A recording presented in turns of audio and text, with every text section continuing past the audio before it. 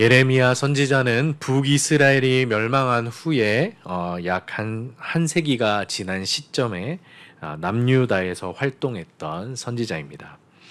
안타깝게도 유다 백성은 북이스라엘의 멸망을 보고도 교훈을 얻지 못하고 온갖 죄악에 빠져 하나님을 배역했죠.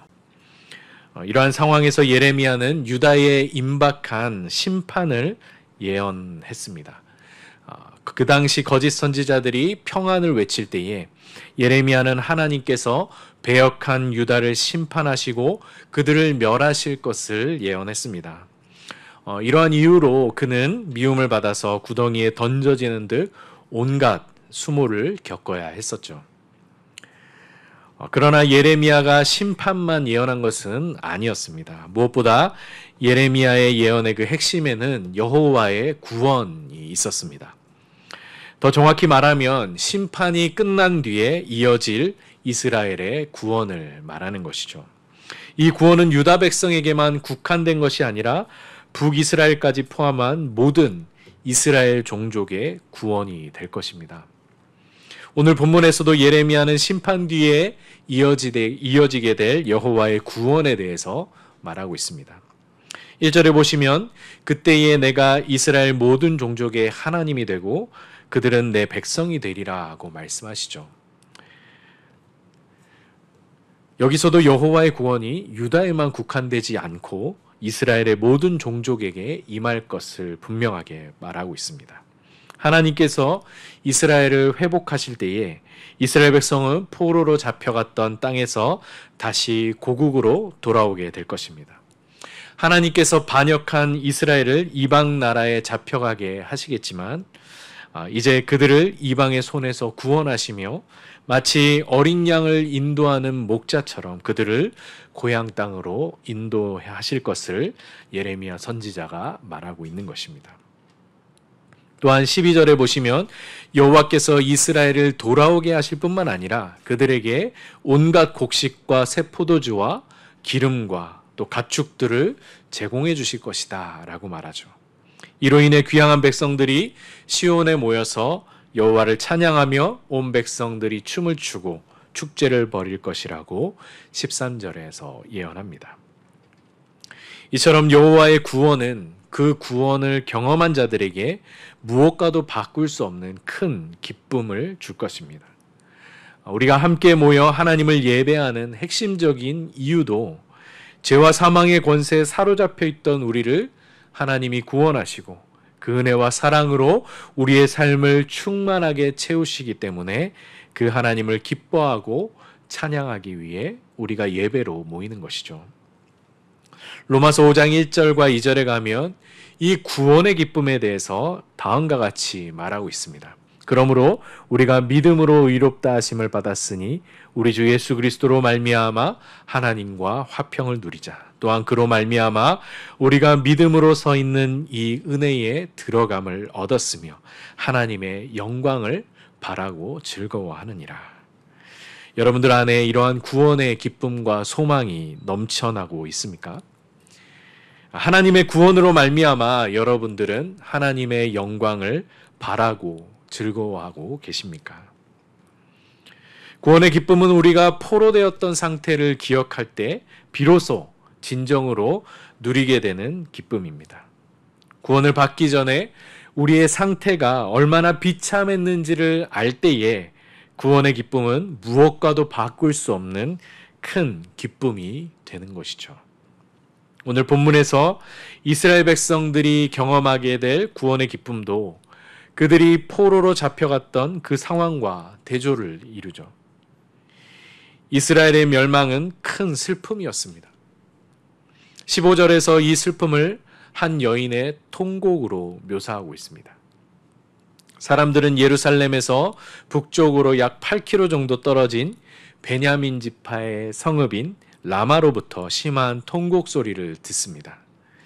그것은 이방 나라의 포로로 잡혀간 자녀들로 인하여서 괴로워하는 라헬의 통곡 소리입니다. 베냐민과 요셉의 어머니였던 라헬은 여기서 이스라엘 땅을 상징합니다. 이스라엘 땅의 상징으로 이 라헬을 언급한 이유는 그녀가 이스라엘의 가장 유명한 두 지파, 즉 에브라임과 므낫세의 친할머니이기 때문입니다.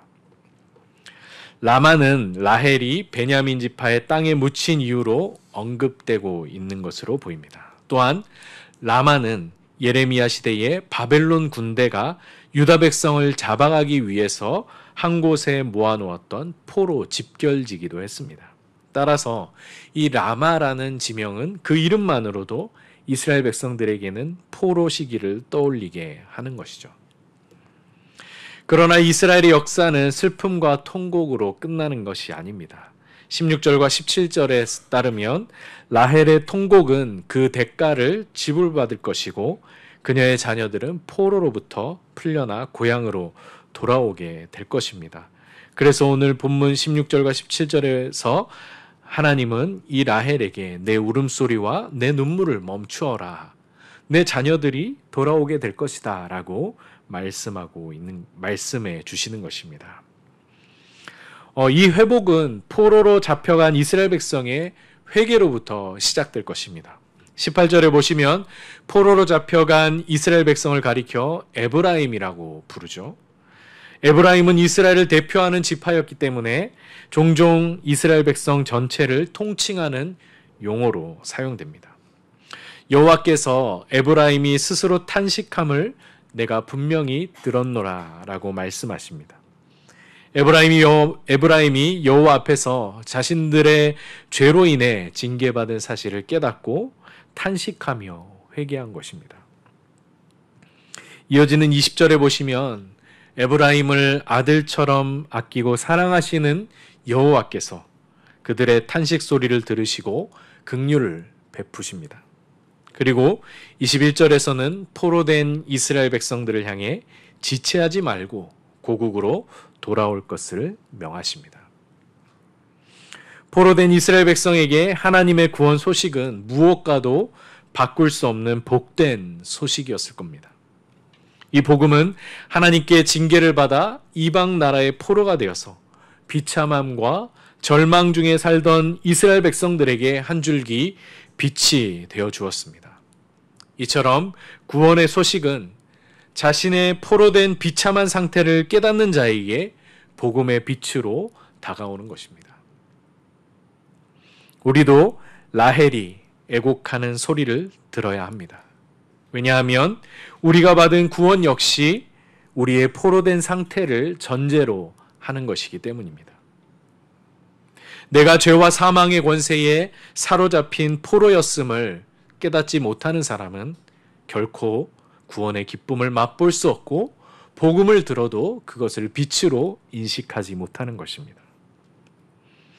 구원이 임하기 전 우리의 삶은 하나님을 떠나 죄의 권세에 사로잡혀서 온갖 세상의 유혹과 헛된 욕망에 끌려다니는 삶이요, 하나님의 뜻에 복종할 수 없는 그 육신의 생각에 사로잡혀 사망에 이를 수밖에 없는 삶이었습니다. 이처럼 하나님 없음의 비참한 상태를 깨닫고 절망하는 사람은 하나님의 구원을 갈망할 수밖에 없는 것이죠. 하루속히 이 비참한 포로 상태에서 해방되어서 하나님의 은혜 안에서 참되고 영원한 삶을 살고자 할 것입니다. 이것이 바로 하나님이 우리에게 요구하시는 진정한 회개인 것이죠. 누가복음 15장에 가면 이러한 회개의 전형으로 탕자의 이야기가 나오죠. 그 둘째 아들이 아버지의 유산을 받아 먼 나라로 가서 즐기며 그 돈을 다 탕진해 버립니다. 돈을 다 써버린 그는 빈털터리가 되어서 하루아침에 돼지들이 먹는 쥐염 열매조차 얻어먹지 못하는 비참한 신세로 전락했습니다. 그러다가 17절에서 스스로 돌이켜 아버지의 집에 거하고 있는 풍족한 품꾼들을 떠올리면서 아버지께로 돌아가기로 결단합니다. 이 둘째 아들이 결단할 수 있었던 것은 자신의 비참함과 아버지의 풍족함을 깨달았기 때문입니다. 이것이 바로 회개의 시작입니다. 하나님 없는 삶이 얼마나 가난한지, 죄와 사망의 권세에 사로잡혀 사는 삶이 얼마나 비참한지를 먼저 깨달아야 하는 것이죠.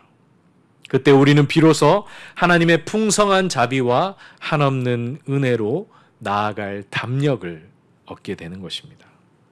이에 시편 51편 17절에서 다윗은 이렇게 고백합니다.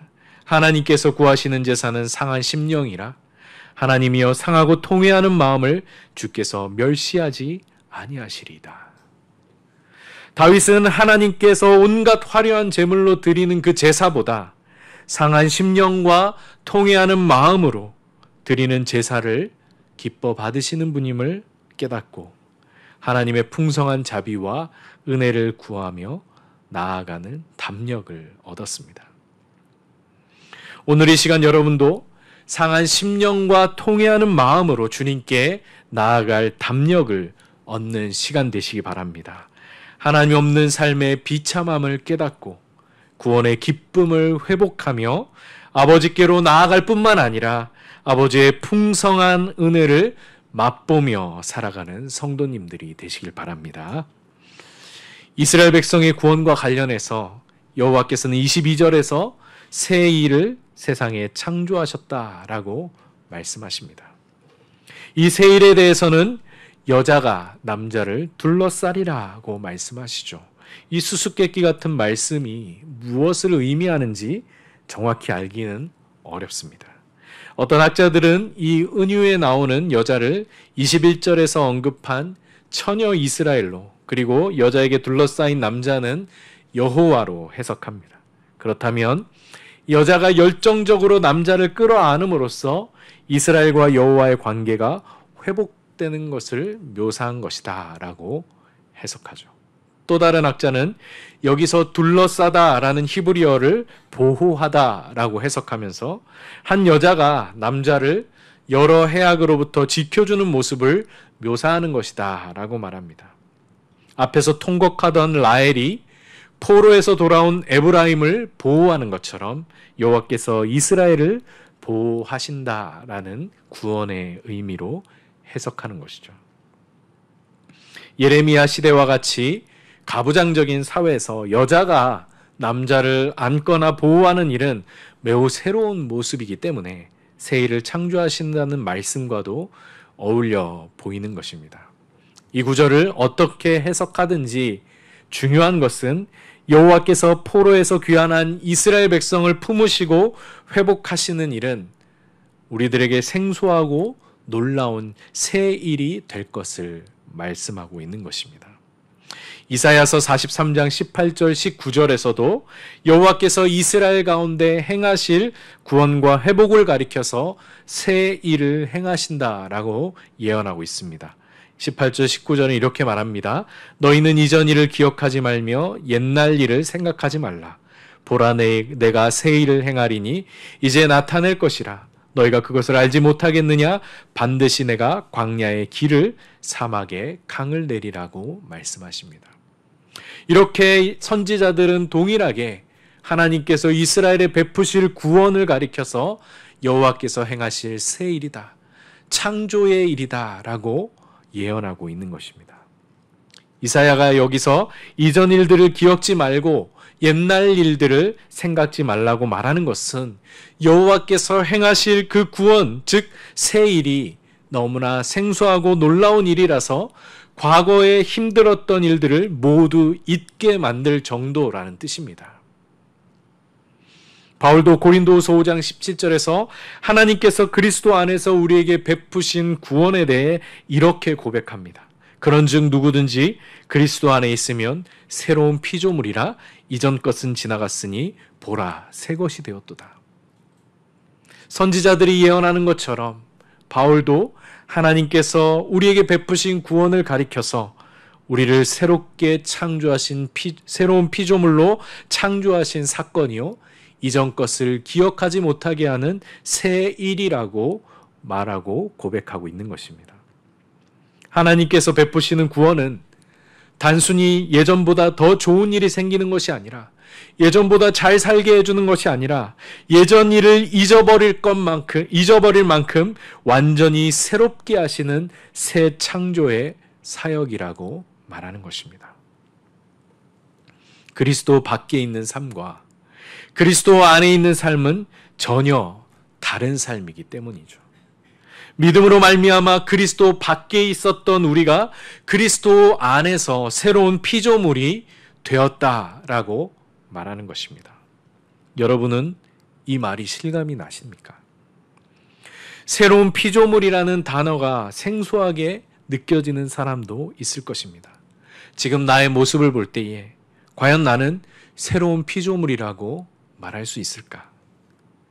예수님을 믿은 후에도 여전히 나는 영적으로나 육신적으로나 크게 변한 것 없이 평범하게 사는 것처럼 보이는데 이런 나의 모습을 보고 새로운 피조물이라고 말하는 것은 너무나 지나친 표현이 아닐까?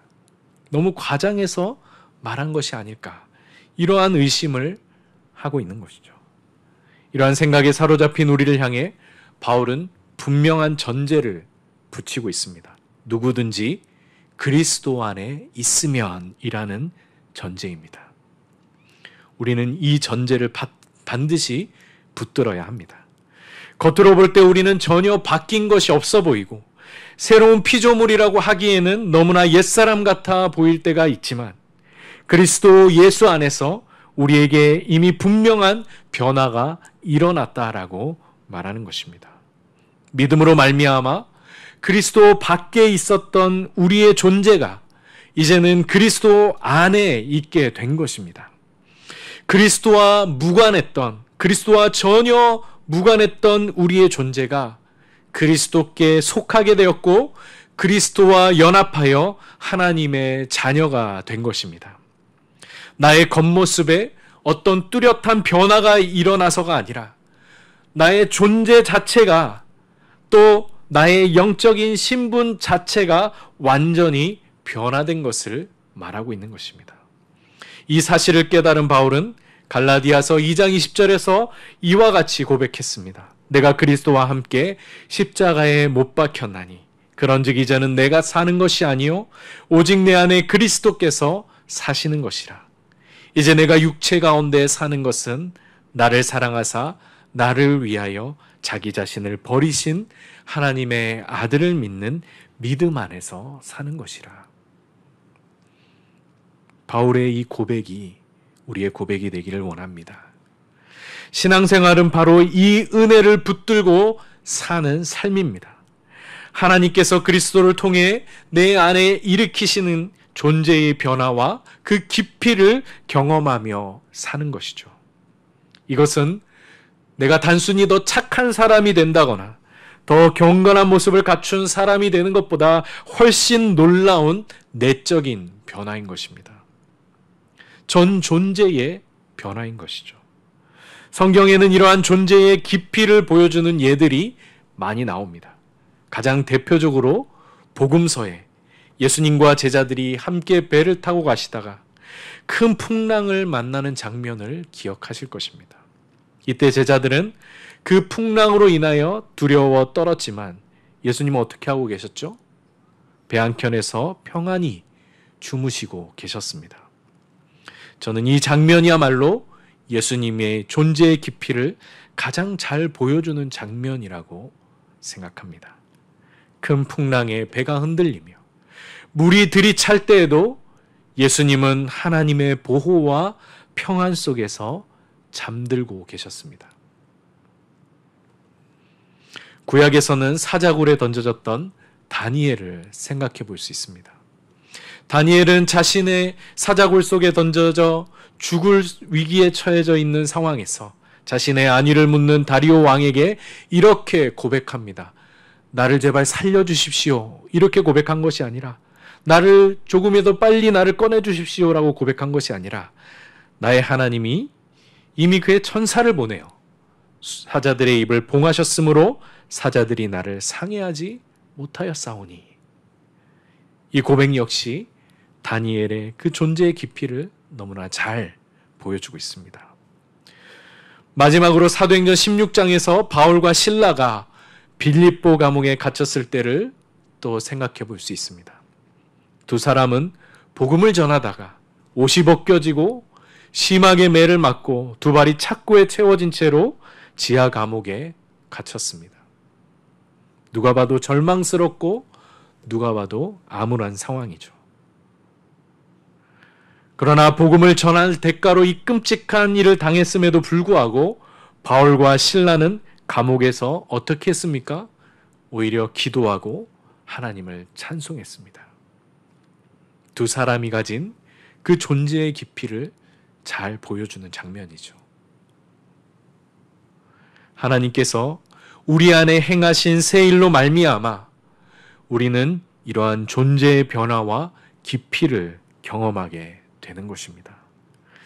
예수님께서 가지셨던 그 존재의 깊이, 다니엘이 사자굴 속에서 경험했던 그 존재의 깊이, 바울과 실라가 빌립보 감옥에서 경험했던 그 존재의 깊이를 우리도 사모하며 내 안에 하나님께서 행하신 그 새 일로 말미암아 우리가 그리스도 안에 속하게 되었고 세상 누구도 경험할 수 없는 하나님과의 깊은 관계 속에서 경험하는 그 존재의 변화와 깊이를 우리가 경험하게 되는 것입니다. 오늘 이 시간 하나님께서 그리스도를 통해 우리 안에 이루신 그 새 일을 통하여서 우리 존재의 변화와 깊이를 경험하게 되며 하나님이 주시는 평안과 그 새 힘을 가지고 사자굴에 던져졌던 다니엘처럼 빌립보 감옥에서 하나님을 찬양했던 바울과 실라처럼 풍랑에 흔들리는 배 안에서 잠드셨던 예수님처럼 놀라운 존재의 깊이를 경험하며 살아가시는 우리 성도님들이 되시길 바라겠습니다.